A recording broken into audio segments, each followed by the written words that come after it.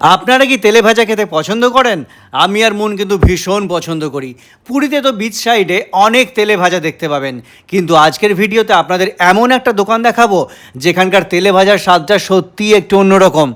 আমরা সেদিন জগন্নাথ মন্দিরের দিকে হেঁটে যাচ্ছিলাম, হঠাৎ দেখলাম একজন বয়স্ক মানুষ দোকানে বসে গরম গরম তেলে ভাজা ভাজছেন। প্রথমে ভাবলাম আর পাঁচটা সাধারণ তেলের ভাজার দোকানের মতোই হবে, কিন্তু চোখে পড়তেই দাঁড়িয়ে গেলাম। দেখলাম লম্বা লম্বা সিমলা মরিচের পকোড়া, আলুর চপ, বেগনি আর একেবারে ছোট ছোট সিঙ্গাড়া ভাজা হচ্ছে।